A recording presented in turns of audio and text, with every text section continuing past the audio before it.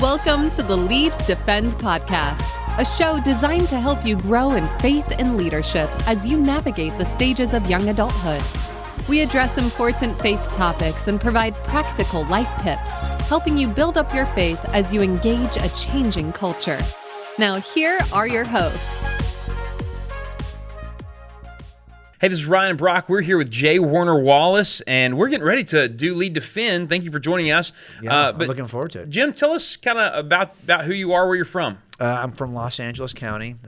Worked there for my entire career, working. Most of it was spent doing cold cases. Those are just unsolved murders. So these things stay open by statute, so we have to kind of go back and revisit these occasionally. And we have a list, in our agency. Along the way, I became a Christian, and you kind of using some of the same skills that you use to investigate cold cases. And I started writing about it, but not for a number of years. I think I was probably maybe 10 years in before I ever thought about writing it. As a matter of fact, I was training high schoolers to defend what they believe, to defend Christianity at universities, because we were taking our kids to UC Berkeley. Because it's a good place to go to kind of see if they can hold up to the challenge, right? You think it's not usually as hostile as it kind of sounds like it would be. Yeah. It's really more apathy, you see, especially amongst the student body. So if you were to go on a campus of UC Berkeley or University of Wisconsin-Madison is kind of another, or University of Colorado, Boulder, or, different places where it's like a little less friendly toward Christianity. It's not so much that you're going to encounter students who want to kind of punch you in the face.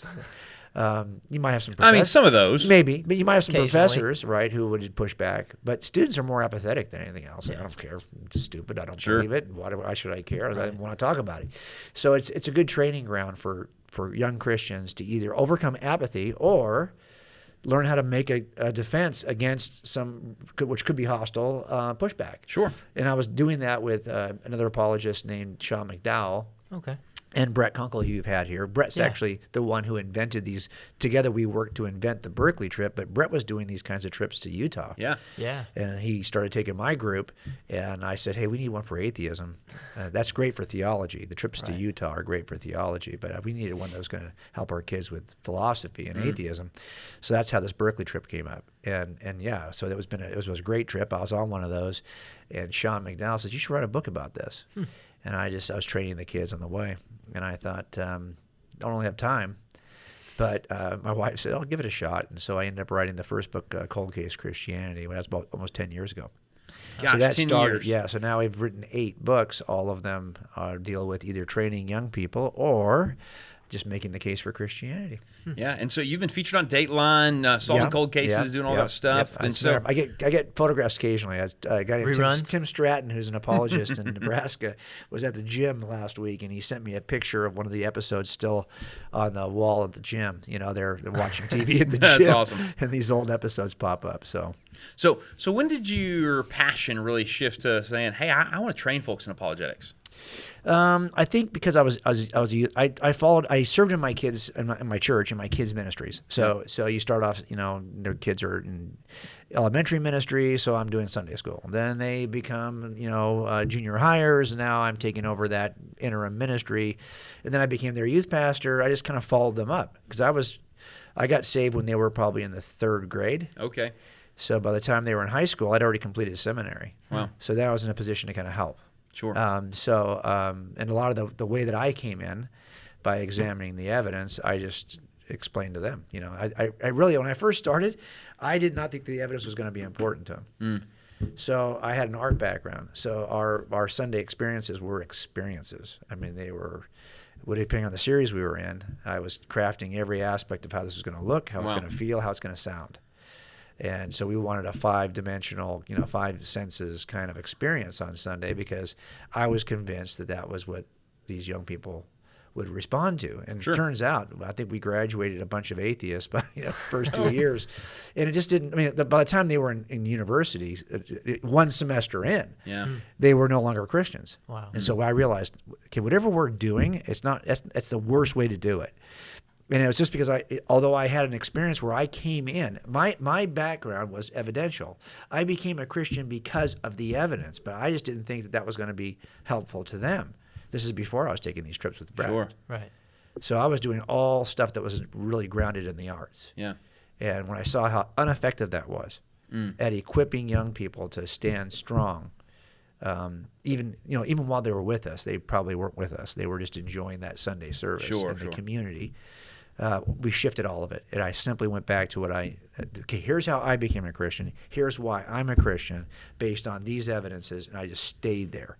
And we had a remarkable change in our ministry by just focusing on the So evidence. we just got out of a panel where we heard you get to talk a little bit, and you talked about how the culture has shifted, and this generation is facing just an incredibly different culture than what generations previous were facing. And so tell us how that has played a role on the faith of younger folks. Well, I think that I wonder for example, if I was to do a video tomorrow on YouTube and I was to really focus on either gender expression, identity, homosexuality, any number of these hot topic sexual issues, do you think that would or I do a video on the resurrection of Jesus?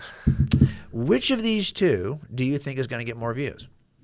Oh, sexuality. Okay. Well, so why would we be surprised then that young people are going to be challenged more by those claims of culture than they are about whether the evidence is true? So now it turns out that I want to start with the evidence because that's what grounds this as more than just my subjective view. Yeah. So we can do a whole conference, for example, where we just focus on the hot topic, like here's what Christianity teaches about identity. Sure. Here's what Christianity teaches about sex or about the relationship of men and women or about marriage or whatever this is, right? We could do that. And I'm afraid, though, that to a culture that really sees everything as a matter of subjective truth claims, this is your truth, this is their truth, this is my truth, this is his truth, that this just becomes like, well, that's just your truth. That's just the Christian view.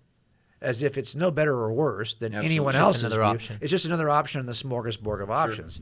And I think that's what's changing, right? So I have to ground this and show that this worldview we hold is grounded in reality. And so that it has a stronger – and I think just making that distinction between subjective and objective truths is something we're going to have to do with a generation that doesn't see the distinction or doesn't think there are any objective truths. So I'm spending a lot of time really making that case first. I've been watching the top I get involved still in either helping or consulting on big cases. And I was asked to just do a very, very small part of a big case in Los Angeles recently. It was on YouTube. It was in national press. It was this crazy case. And I thought, I'm watching these cases and I'm wondering, are we going to get to a point where jurors are not going to, if you don't believe anything is really objectively true, that everything is a matter of perception, will this eventually trickle down into the jury system where we can't even impanel a jury? The courtroom, that could say, well, everything's a matter of opinion, and your opinion as a prosecuting team is just no better than the defense's.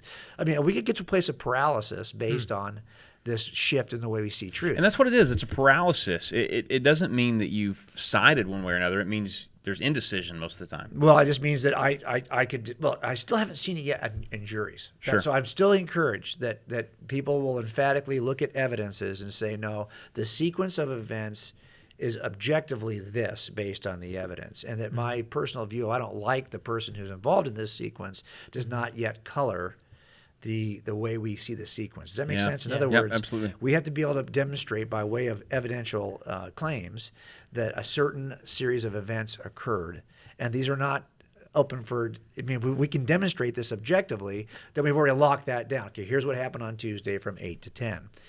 Well, I just kind of wonder, we get into a place where the grounding for this kind of thing is going to get too slippery, where we won't be able to do that. But it hasn't yet.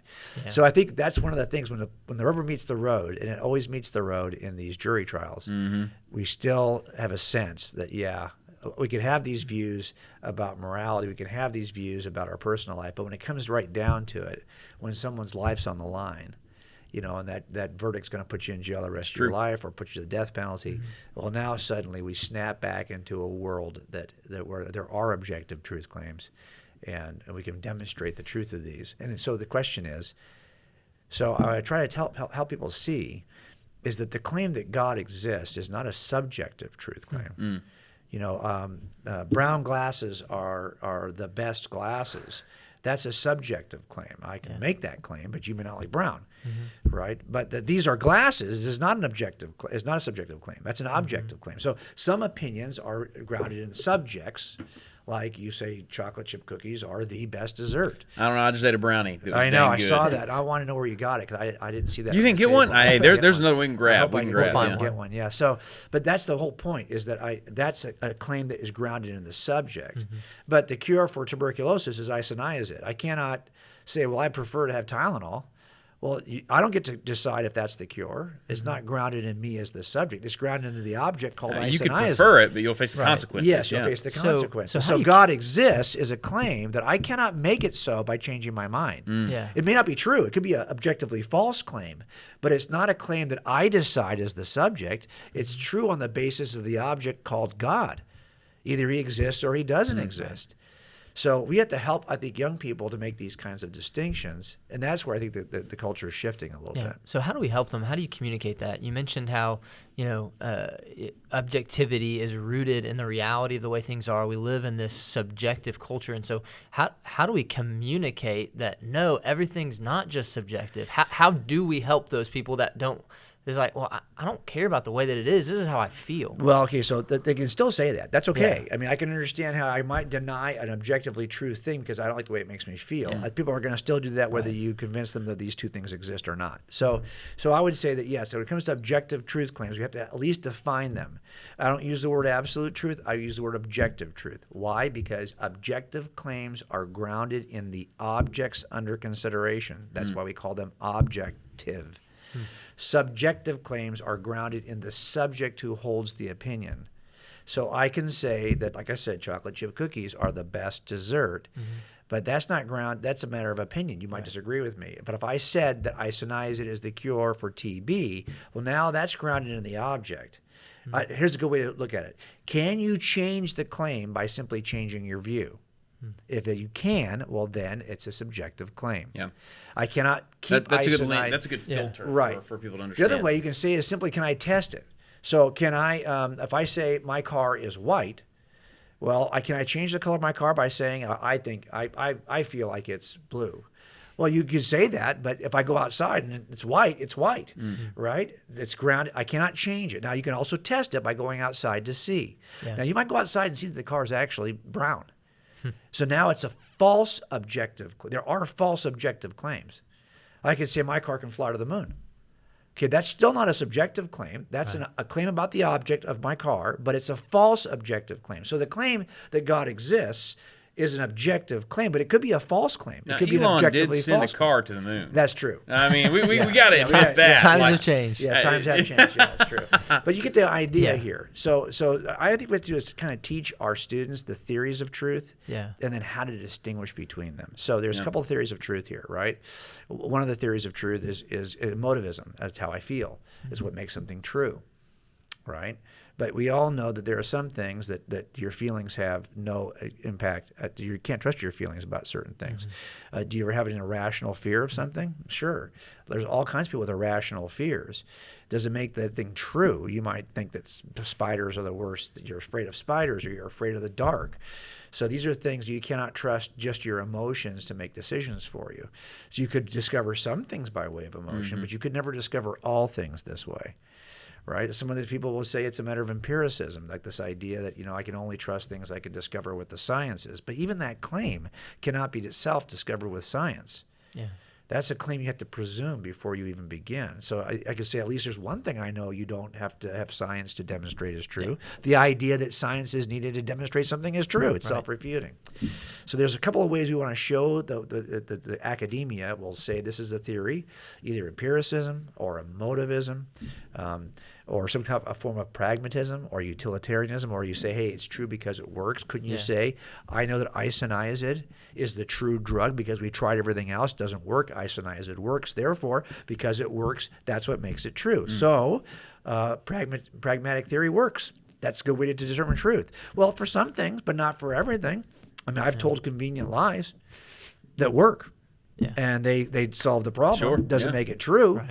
So you can only, but there's one version of truth called correspondence theory that actually works all the time. And it's simply the correspondence between what you claim is true and what really is. When one is equal completely to the other, it corresponds precisely to the other, you have the truth. So I can, for example, be outside this room and make the claim that there are 4 mics on the table in this room. When I come in the room, if I discover there are actually 4 mics on the table, well, now my claim matches what is corresponds to reality, and I have a truth claim. And so what we're trying to say to young people is, okay, so look, I have some beliefs about God. Are they equal to what really is? Do they correspond to the reality? I have some beliefs about the Bible. Do they correspond to the reality? And so I think we just have to kind of show that our worldview, it does correspond to it. That's what I love about Christianity, is that it, in every way you could look at, if it's biblical anthropology, if it's the nature, the nature of our fallen sin nature, all these things are described the way they really are. Now, I would have said, I was an atheist until I was 35, and here's what I would have said about that. I would have said, I do think there are some things in an ancient text like the Bible that will describe reality because it's had thousands of years to observe human nature and simply record it. Doesn't mean it's divine. Sure. It just means that, there's a lot of ancient wisdom books, and the reason why they are wise is because they've been vetted by time and culture. Yeah. You observe things enough, you can make some observations. It doesn't mean they came from God. It just means you're watching. So I still would have said, though, even as an atheist, that the Bible was describing at least something about human nature. I think there's a lot of my friends as secularists would say that, no, humans are basically born good as a clean slate, corrupted by their environment, corrupted by their parents, corrupted by their cultures, corrupted by systems. But I don't think if you've had kids, that doesn't really line up with the reality. Yeah. I mean, you don't have to teach your kids to be selfish little jerks. We start off as selfish little jerks. That's kind of our default position, right? And we have to teach our kids to be patient and kind and not to be so self-centered that the entire thing centers on you. You got to teach that to kids because that's not our human nature. It turns out the biblical description is much closer to who we really are. And I think we got to help our young people to see this. Yeah. That's big. Well, so you do apologetics and you travel all around the world, have the freedom to speak at Lead Defend. We're excited about that. But you're also a family man. So tell us a little bit about your family. Well, so I've been with my wife for 43 years, wow. And we weren't married all that time, but I'm married now, 34 years. Okay. So we were together almost a decade before we got married. And we're together about 18 years before we became Christians. So it's been a great ride. I love marriage. I speak a lot about marriage now. I didn't think I was ever going to do that. Wow. I don't think I felt like I was uniquely qualified to do that. If you want me to talk about how you put evidential cases together, well, I do that for a living, so I can probably help you with that. But when it comes to marriage, I don't have a degree in counseling. That is not, my pedigree, but I try to watch things really carefully, and I try to, in my mind, always make cases for why I ought to do a certain thing, what the next step should be, why things work, why things don't work. I'm always trying to puzzle that together, and if I wanted to do that again, how would I describe this for others? So when it comes to marriage, I do get a chance now to talk about what has been helpful for us. And I'm always systematizing things, right? Like, so this is why this works, this particular view. So now I get a chance to do a lot more. I have 4 kids. They're all grown and out of the house. Yeah. So you're living life. Kids are out of the house. I know, you right? What you want. Yeah. Well, I do think that it's when you're married, the goal ought to be that you pour into this relationship so consistently over all those years that you aren't two completely different people when you finally just rediscover each other at the end of raising a family. Yeah. And I think for a lot of us, that does happen, where if you look at your wedding pictures, I was just looking at a picture the other day from 1985. We were on a trip in Germany, and I'm looking at us, Susie and I, and we had been together about 6 years at that time. And I'm looking at the two of us, and we're super young. I don't have a gray hair on my head. Okay, which is not true now for the folks that are not going to watch the video. Yeah, I know. I don't think it's true for me now. Yeah. Well, okay. So I look at it and I think, okay, so what? So you when you age, you don't really age in your mind so much as you age just physically, and so you still feel like you're that person you were in your 20s. And you still have all those kinds of you think you can do all these things, and of course now you're not that age anymore. But so I'm looking at that photograph, and I'm just thinking, my hope is that I want every day to make sure I don't move too far from that couple, because that couple was crazy in love, and I don't want to be at the end of this and feel like there's any drop in that that relationship. But it's what do you do in those 40 years though? to stoke that. And so been still married now make how that. long? So we've been married 34. Okay, so Brock and I work with college students. Brock works with young adults and students also. And these students are hoping, longing, saying, one day I want to be married. I got to meet the one. And so, what does that look like? What sets you up for a successful marriage? Well, What I are think the you have to be commitments you have to make from the you have to start? be intentional, right? Yeah. There's a talk show host who we've been listening to for probably 25 years in Southern California, and she's well known on cable, on Sirius FM, but maybe not so well regionally known. Her name is Dr. Laura. Laura Schlesinger is her name, and so she's I always. know Dr. Laura. Okay, so Yeah. she's always, her thing, and she can be pretty cut right to the chase. Yep. Okay, someone will call in with some I can almost tell as soon as they call in and they'll talk about their marriage. I'm thinking, they have no idea what they're about to. They just basically laid down in front of the buzzsaw and have no idea what was coming. But she's just really direct. Yeah. And one of the things she'll often say is, you got to choose wisely and treat kindly. And well, that simple expression is so true. And I think what happens is, I do a lot of marriage counseling now where it's really clear that we're not as intentional about the importance of marriage and what we're looking for in our spouse, so that we can make wise choices going in. And then it's much harder to spend, because once you're in, I think you're committed. You're in the marriage. I mean, I believe in a biblical marriage. I knew for myself, but long before I was a Christian, because we were together 18 years before we became Christians, my God before I became a Christian was marriage. Like, I wanted our marriage to be the best marriage. And because that was my goal and that was my priority, I made really conscious choices about who I was going to marry. And if you do that, if you're really intentional, it is easier to treat kindly, right? You're still going to have all the bumps that come with life. And it turns out it's usually distractions that make marriage relationships more difficult. If you've got financial concerns, right? They're distractions. They are burdens sometimes. I don't want to call them burdens, because sometimes kids can be that thing that's like more you're putting in your backpack. Sure. Right? And you're carrying these backpacks of responsibility. It's responsibility. So how do you responsibility is probably the better word. How do you talk to a high school college student about even now starting to choose wisely? Well, first of all, you have to have a world. So the first most important, we talked about this in our session tonight, just these trajectory decisions, the decisions you make early in a journey are more important. The same decision you make 30 years later has less impact because you're already closer to your goal. But when you make a bad move early, it can take you off the mark altogether, because the trajectory matters. And the first trajectory decision really is worldview. So it's about making sure that you share a worldview that transcends the difficulties you are going to encounter. So for us, not being Christians, that worldview was marriage. Both of our families were broken. Both of the marriages of our parents were broken, and we just made a commitment that was never going to happen. Let's put it this way: that experience growing up was severe enough and memorably bad enough that it would have been a motivator for me.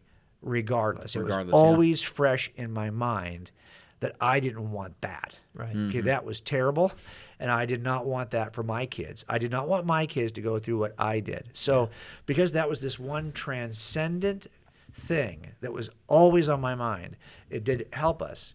Because before I knew God, I at least held, coincidentally, a high value in marriage. I would have I think would have lived pretty close to what I would call a biblical marriage, but not even knowing that it was such, because I had this other high value. So I think the first we have to ask our young people is, do you have a strong biblical worldview? You realize that, so here we are at a table in front of us here, and on this table, this is the entire country. 100% of the country is represented by the table. Well, if I put a large mat on this table that covers about 60% of the table but leaves 40% uncovered, that's the church right now in America. And that mat is getting smaller and smaller and smaller. And the surface of the table is where people are jumping out of the church. They get over here on the table. They'll say that they have no religious affiliation. We call these the nuns. They check none on the box when it talks about religious affiliation. We are decreasing at about a percentage a year. So every year, you can go 10 years down. This has been pretty consistent for the last 15 years. You will see we're decreasing. That mat is getting 1% smaller every year. The blank table is growing by that percentage, right? It's being that much more exposed. So these are not necessarily people who are who don't believe in God. As a matter of fact, I've heard someone recently call them the sums instead of the nones because they have some view of a higher power or a divine entity, but they don't think it's anything in the plethora of religious worldviews. Yep. They just make up their own version of God. So they have some beliefs. But so there's just let's look at the 60% mat for a second. If you ask those people who self-identify as Christians, that 60% size mat, what does that even mean? Like, what does that mean about the deity of Christ, a substitutionary atonement? All of the classic, historic, creedal claims of Christianity, only about 20%, according to Barna, could actually even answer these and truly hold a Christian worldview, although they claim a Christian identity. Sure. Okay, so how many of your kids do you think in our youth groups are in there? Oh, absolutely. They claim something they don't even know. Exactly. So if you said, well, are you going to select a spouse through your Christian lens? I'm not confident that they have a Christian lens. Yeah, that's a good word. So here's what's happening. It turns out that when you measure that 20% mark, I don't think that church is getting much smaller. That's the remnant that's always been there. So the mat is getting smaller, but if I had a cup or a bowl on the mat that represents 20%, that bowl is probably about the same size as it's always been. But this culturally acceptable version of Christianity that was favorable, you want to run for office, you better say you're a Christian. You want to do this, you better say you're a Christian. It's a difference in those who are dabbling and those who are dedicated. That's right. And so what's happening is I think our kids will say that I have this view of, but they couldn't even in other words, they couldn't even develop a theology for marriage or a systematic theology for anything. Sure. And there's the problem, is that you don't hold the first trajectory decision is what is true about the world, is do you hold a Christian worldview? The second decision, I think, is marriage, is spouse. You're going to spend the rest of your life together. Now, when I say spouse, some people are never going to get married. That's okay. Sure, because absolutely. Paul would say you're now married to Jesus on the mission field. You're going to be used by Jesus. And he gives you those two alternatives. But if you look at it, Paul really only has one of two. You're married to a spouse or you're married to your mission, right? Yeah. And so I get it that some people are going to be, but my point is that marriage link that I'm going to either do one or the other is the next decision you make after you lock in a Christian worldview. But the problem is I think we graduate our students without ever, like for example, think about youth groups. Every youth group you've ever led or ever been a part of. Okay, do you have midterms? Finals? Nope. Nope. No, we don't. Now, I want you to think about this. If your goal in the church was to teach your kids algebra, but they knew up front there would never be a test, you were all going to get an A. Do you really think they'd be paying attention much? No, because they've got classes where there is a test. Sure. They've got aspects of their life where they are going to get tested. So the first thing we did was say, well, okay, we got to design tests. It's not going to be a written. Well, there might be a written test if you want to go on that trip with us to Berkeley. Yeah. You're going to be studying for 8 weeks. There'll be a written test. You got to pass the test. You got to read these books, and then you get to go on the trip. And the trip is really the test, because that's where we're going to find out if you can do this or not. Yeah. And I tell you, we had kids. This just grew. The last trip I took 50 students. It was the most I could handle, because I have to have a lot of leaders to handle that group. How big is that group? Where are you going to sleep? How are you going to do this, right? Yeah. How many cars is it going to take? I mean, it was a logistic nightmare, okay? But it just grew because if students had been once as a freshman, they would go every year and bring their friends, because this is how transformational those trips were. Sure. Wow. Because we're providing a test, and this is what we're not doing in youth group.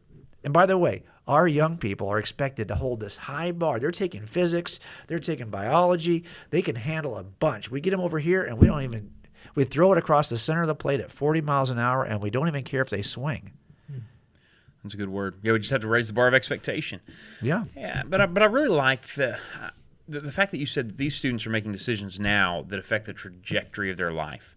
And they know that academically. They know. They do. They've been convinced that they need to pay attention. If I fail out of this, if I don't make this score on this ACT, my hopes of this school are gone. That's right. But we don't often consider that with our faith, that at all. I'm right now setting the trajectory for where I'm going to be in 30, 40, 50, 60 years. Well, part of it is, I think, is that we don't do, so I talk about all the time, it's important. If you want passion in your kids, you got to give 2 whys for every what. And we don't do that with our students. We usually give them a what. What is true about Jesus? What is true about the Bible? What is true about God's nature? What is true about this? What? Well, the first why that activates a what is, well, why? Do you think that's true? because everyone's got a what. Everyone you meet now is going to have a what, and it's just their subjective what. It's just that's your what. That what's good for you, but it's not good for me. So I got to have a why. Like, why is this true? Evidentially, you believe that God is triune. That's your what. But why do you believe that? It seems logically inconsistent to me. So give me the reason why you think that's true. There are a lot of people who call themselves Christians who reject the triune nature of God. I see because they're on my YouTube channel making comments. So they'll argue with me vociferously about whether or not Jesus is God or just a creation of God. And they call themselves Christians. So the question then becomes, well, why is that true? So that's the first why. Second why is, okay, great. Why should I care? Because all of this just sounds like theology from a faraway land for faraway people. Yeah. Sure. I got to know, how does that affect me? Yeah. Like, what difference does this make? What difference does it make if there's a triune God tomorrow when I'm on Instagram? Yeah. What difference does it make? We got to help our kids to see the two whys for every what, and then that's what these trips kind of do too. Because now it's like, now the rubber meets the road. This is why this is so important. You just had these kinds of conversations, and you're just flat-footed. You don't even know what to say, but you will if you spend time actually thinking about this. By the way, look, I'm a big sports fan, and I think I told you my wife's a big football fan, and we watch a lot of sports, and we watch a lot of football. I love football. So you're a Rams guy? I am right now, but to be honest, I'm actually a Cowboys fan. What? Yeah, I know. You know why? Okay. Well, look, I think what's happened for me is Red Zone, that NFL Sure. show. Okay. Scott Hansen, I don't know if you listen, he's a very committed Christian guy, loves apologetics, so he's an endorser on our book. Yeah, I didn't know that. Great guy. Really great guy. Super smart, super energetic. Scott Hansen's the real deal. Well, I've been watching Red Zone since he's been hosting, and I'll tell you that it changes the way you don't become a team fan because you're watching every team every Sunday. Sure. You become a fan of players. Yep. Because now every team is equally available to you. Sure. So I'm not really, my dad's from the Dallas area, so I was raised a Dallas fan. But then we grew up in L.A. I was a Rams fan in L.A. I was a big Raiders fan when they were there. So, those are the kinds of things. But I only bring this up because it turns out if you're as geeked out on sports, and we do a much better job right now in our families raising up kids who embrace our sports teams. Isn't that true? Wow. We raising sports fans than we do discipling Christians. So, for example, we're trying to figure out, should we sign OBJ for another season? Odell Beckham Jr.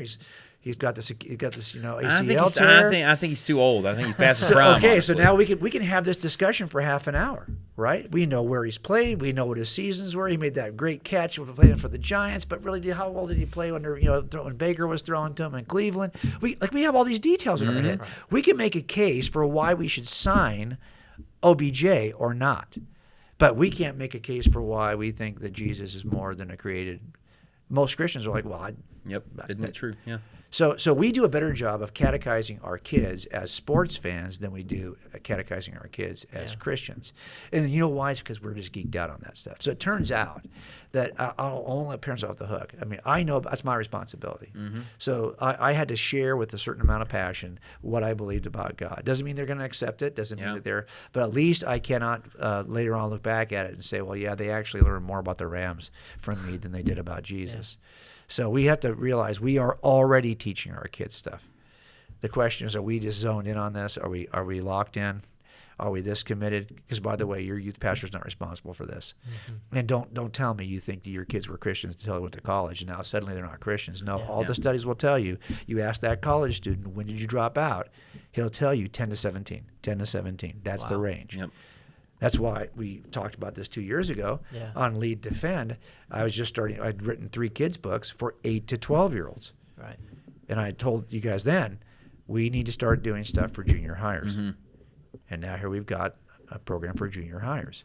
Yep. We got to start there because it turns out if you're going to give your kids the glowing rectangle in junior high, you better make sure they understand who Jesus is because they're going to learn about that from the glowing rectangle. Absolutely.